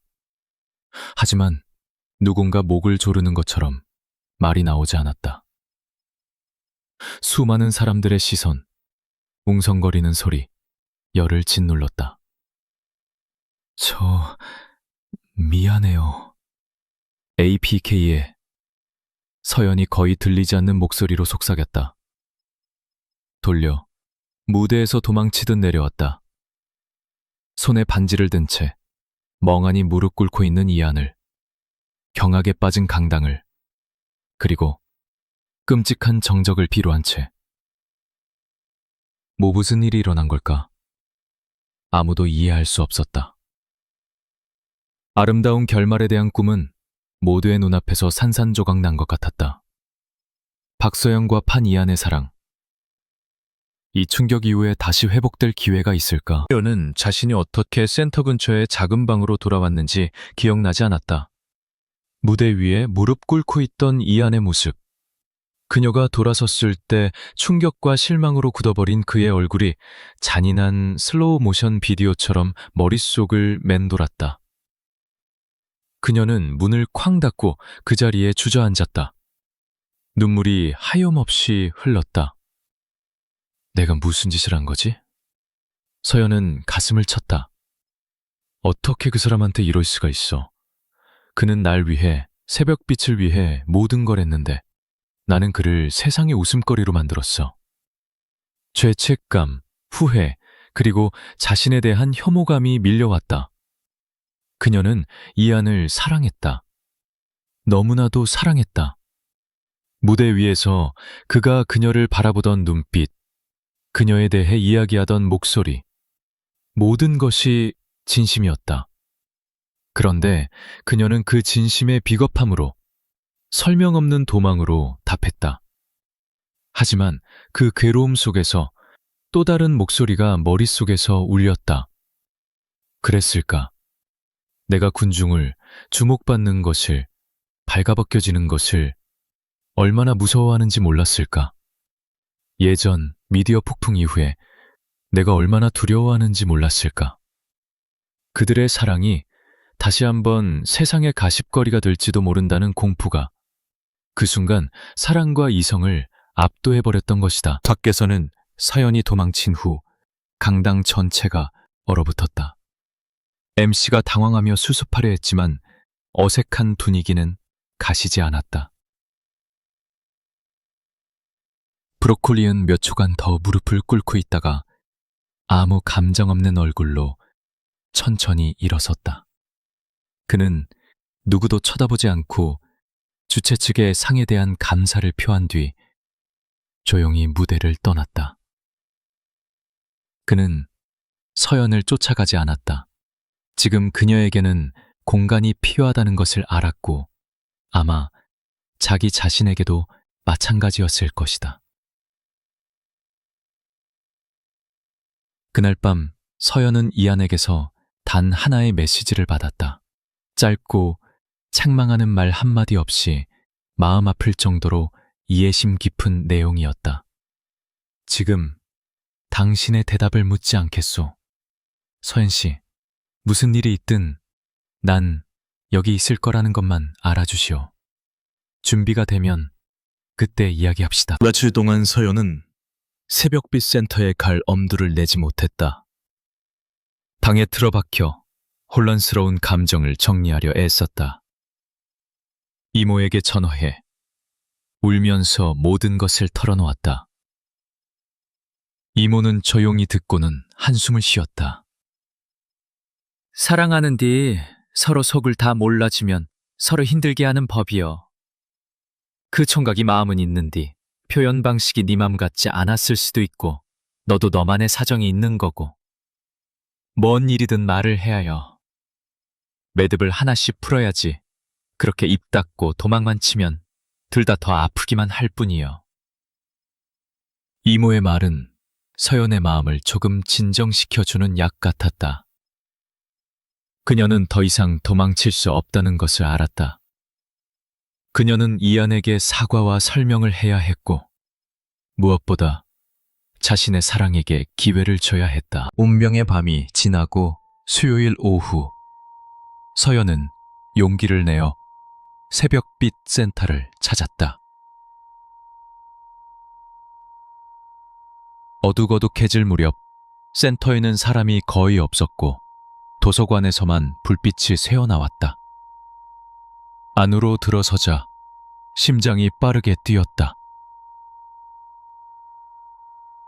Strengthened 아얀이 그곳에 있었다. 조용히 책장에 책을 정리하고 있었다. 그의 뒷모습은 평소보다 더 지치고 외로워 보였다. 과 춘지를 듣고 그가 고개를 들었다. 서연가가 이내 평소의 부드러운 모습으로 돌아왔다. 어딘가 조금 거리감이 느껴졌지만 서연 씨, 그가 조용히 그녀의 이름을 불렀다. 들어오시오. 서연이 다가가자 목소리가 떨렸다. 이안 씨. 앉아요. 이안이 근처에 작은 나무 의자를 가리켰다. 서연은 의자에 앉아 두 손을 꽉 쥐었다. 침묵이 흘렀다. 밖에서 들려오는 귀뚜라미 소리만이 정적을 깼다. 고개를 들어 이안의 눈을 똑바로 쳐다보았다. 미안해요. 눈물이 고이기 시작했다. 정말 미안해요. 사람들 앞에서 당신 망신 주고 상처 주려던 거 아니었어요. 그때 제 행동 용납받을 수 없다는 거 알아요. 이안은 그녀의 말을 끊지 않고 조용히 들었다. 그냥 그때는 서연이 흐느꼈다. 너무 무서웠어요. 무대 조명, 카메라 소리, 수많은 사람들의 시선. 그 모든 게 예전의 그 기억을 떠올리게 했어요. 우리 사랑이 또다시 사람들의 놀림감이 되고 그들의 이야깃거리가 될까봐 무서웠어요. 사랑해요, 이안 씨. 진심으로 사랑해요. 하지만 우리 사랑은 우리만의 것이었으면 좋겠어요.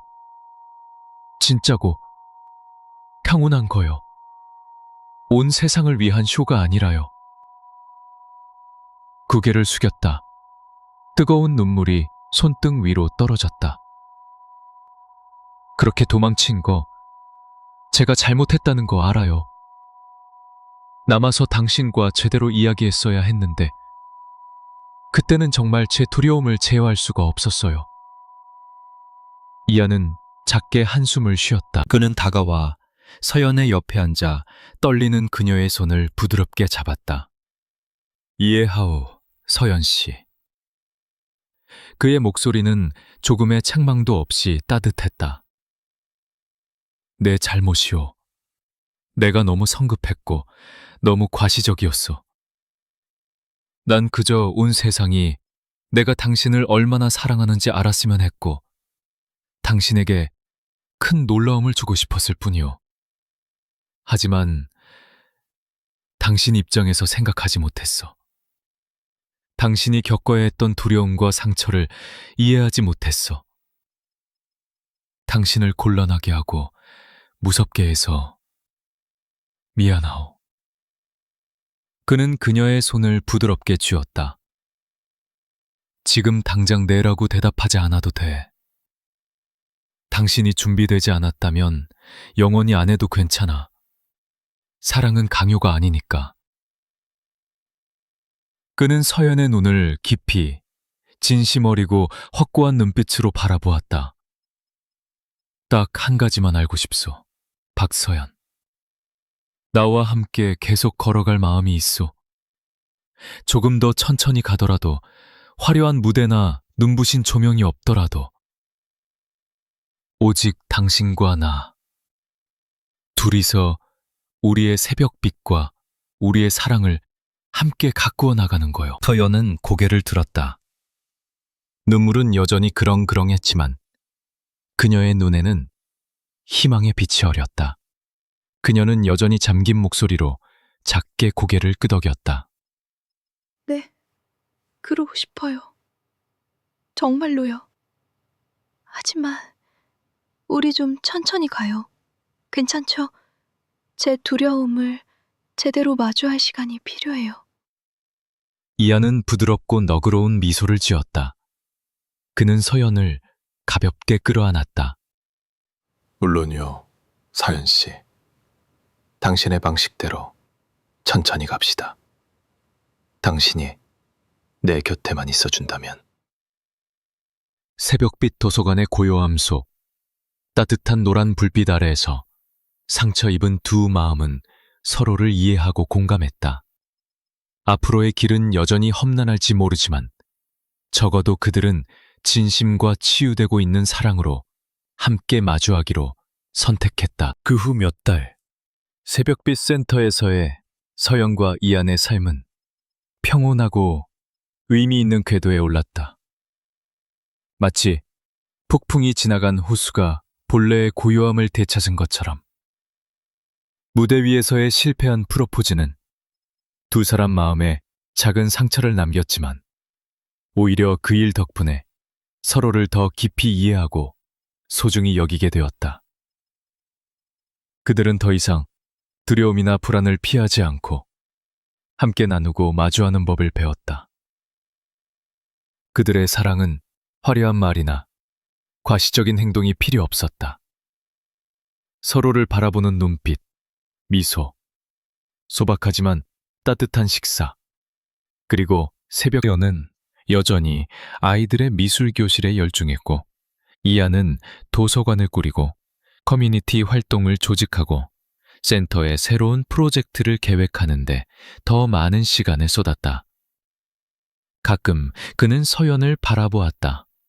그의 눈에는 형언할 수 없는 부드러움이 담겨 있었다. 그는 이 여자가 자신의 인생에 찾아온 진짜 새벽이라는 것을 알았다. 하지만 인생은 결코 직선이 아니었다. 그들이 가장 평화롭고 행복하다고 느꼈던 바로 그 순간, 이안의 과거가 다시 한번 찾아왔다. 이전의 미디어 폭풍처럼 시끄럽지는 않았지만 조용하고 은밀하게, 그러나 천근만근의 무게를 싣고서 주말 오후였다. 서연은 다가오는 추석맞이 축제를 위해 아이들과 함께 센터 앞마당을 장식하고 있었다. 그때 검은색 고급 세단 한 대가 정문 앞에 조용히 멈춰섰다. 말끔한 정장을 입고 엄숙한 표정을 한 두 남자가 차에서 내렸다. 그들은 나노테크의 모회사인 나바로 홀딩스의 고위급 변호사들이었고 그중 한 명은 서연이 예전에 이안이 서류에 서명하던 날 김청리 변호사 사무실에서 스치듯 봤던 사람이었다. 그들은 이안을 바로 찾지 않고 서연에게 면담을 요청했다. 서연은 놀라면서도 불안한 마음을 감출 수 없었다. 서연은 작은 사무실에서 간단한 인사를 나눈 후 나이든 변호사가 본론으로 들어갔다. 박서연 선생님. 그는 정중했지만 다급함을 감추지 못하는 목소리로 말했다. 도부께서 이곳에서 아주 좋고 의미 있는 삶을 살고 계신다는 걸 압니다. 방해하고 싶지 않지만 현재 나노테크의 상황이 정말 위급합니다. 그는 이안이 떠난 후 회사는 내부 분쟁에 휩싸였고 새로운 경영진의 무능함과 비전 부재로 인해 한때 최고의 기술 기업이었던 나노테크가 걷잡을 수 없이 추락하고 있다고 설명했다. 아리데 나노 늦어나라는 주가는 폭락했고 많은 핵심 프로젝트가 중단되었으며 설상가상으로 거대 경쟁사인 황룡그룹이 헐값의 나노테크를 집어삼키려 하고 있었다. 이안의 아버지가 계시던 시절부터 회사를 지켜온 수천 명의 직원들이 실직 위기에 처해 있었다. 두 번째 변호사가 말을 이었다. 하지만 상황은 점점 악화되고 있습니다. 구 판국한 회장님의 유산에 조금이라도 애정이 남은 구 이사진들은 모두 지금 나노테크를 구할 수 있는 유일한 사람은 판이안 대표님 뿐이라고 생각합니다. 그분만이 회사를 가장 잘 알고 신망이 두터우며 아마도 아버지의 평생의 노고에 대한 마지막 애정이 남아있을 테니까요. 서연은 무거운 마음으로 들었다. 이안이 애써 과거에 묻어두려 했지만 나노테크가 그에게 어떤 의미인지 알고 있었다. 이안 대표님이 모든 권리를 포기했다는 것을 압니다. 첫 번째 변호사가 서연을 똑바로 보며 말했다. 하지만 선생님을 통해 그분을 설득해 주시길 바랍니다. 돈이나 지위 때문이 아니라 수천 명의 사람들과 가족의 유산에 대한 책임감 때문입니다. 그저 특별 고문 역할이라도 좋으니 돌아와 주시기만 한다면 희망의 불씨를 되살릴 수 있습니다. 두 변호사가 떠난 후 서연은 한참 동안 조용히 앉아 있었다. 두려웠다. 이안이 다시 권력의 소용돌이와 끔찍한 압박감이 휘말릴까봐. 어렵게 얻은 이 평온이 다시 사라질까봐. 하지만 동시에 이것이 그에게 얼마나 어려운 결정인지도 이해했다. 그날 밤 서연은 이안에게 모든 이야기를 전했다. 그는 아무 감정 없는 얼굴로 조용히 들었지만 서연은 그의 두 손이 가늘게 떨리는 것을 보았다. 그는 일어나 베란다로 나가 시골의 별이 가득한 밤하늘을 올려다보았다. 서연은 아무 말도 하지 않고 그저 그의 곁에 조용히 서 있었다. 한참 후에야 이안이 입을 열었다. 목소리가 쉬어 있었다. 과거를 완전히 떨쳐버릴 수 있다고 생각했는데 어쩌면 사람이 쉽게 저버릴 수 없는 책임이라는 게 있나 보. 서연 씨. 그는 그녀를 돌아보았다. 고뇌에 찬 눈빛이었다. 아버지의 평생이 담긴 곳이요. 다른 놈들 손에서 완전히 무너지는 걸, 수천 명이 일자리를 잃는 걸, 눈 감고 외면할 수는 없어. 이해해요. 서연이 조용히 말하며 그의 손을 잡았다. 당신이 어떤 결정을 내리든 존중하고 지지할게요. 하지만 단지 당신이 예전처럼 다시 지치고 고통받을까봐 두려워요. 이안은 그녀의 손을 꽉 쥐었다. 나도 그게 두렵소. 지금의 나를, 이 평온을, 그리고 당신을 잃을까봐 두려워. 그는 서연의 눈을 깊이 들여다보았다. 하지만 내가 아무것도 하지 않는다면 아마 평생 마음 편히 살지 못할 거요. 그 후 며칠 동안 이안은 거의 잠을 자지 못했다. 그는 방안을 서성이고 생각하고 또 생각했다. 서연은 재촉하지 않고 그저 곁에서 소박한 음식을 만들어주고 함께 새벽빛을 돌보았다. 그녀는 이것이 그 혼자만의 싸움이며 스스로 결정을 내려야 한다는 것을 알았다. 마침내 거의 일주일을 뜬 눈으로 보낸 후 이안은 결정을 내렸다. 그는 나노테크를 돕겠지만 CEO나 다른 경영진의 자격은 아닐 것이다. 그는 여전히 그와 나바로의 남은 인물들을 연결하는 중요한 역할을 하던 김청미 변호사에게 전화를 걸었다. 그는 자신의 조건을 분명히 밝혔다.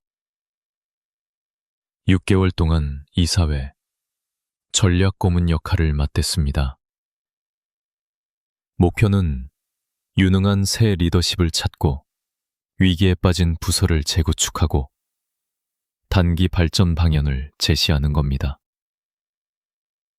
대부분의 업무는 원격으로 처리할 것이고 정말 필요할 때만 몇 번 서울에 갈 겁니다. 그리고 가장 중요한 건 저는 새벽비들, 이곳에서의 제 현재 삶을 포기하지 않을 겁니다.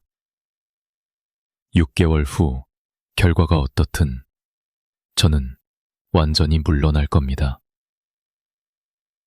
그것은 용감한 결정이었고 과거와 현재, 책임과 개인의 행복 사이의 아슬아슬한 균형이었다. 나노테크 이사회는 몇 차례의 긴 회의 끝에 마침내 그의 조건을 수락했다. 그들에게는 더 나은 선택지가 없었다. 이안이 나바로의 핵심 인물들을 만나기 위해 처음으로 서울로 짧은 출장을 준비하던 날, 서연은 그를 마을 입구까지 배웅했다. 그녀는 많은 말을 하지 않고 그저 조용히 그의 옷깃을 바로잡아 주었다. 그녀의 눈에는 믿음과 함께 감출 수 없는 약간의 불안이 담겨 있었다. 갔다가 빨리 돌아와요. 저랑 새벽비 댁으로. 서연이 조용히 말했다. 이안은 그녀를 꼭 껴안았다. 약속하오.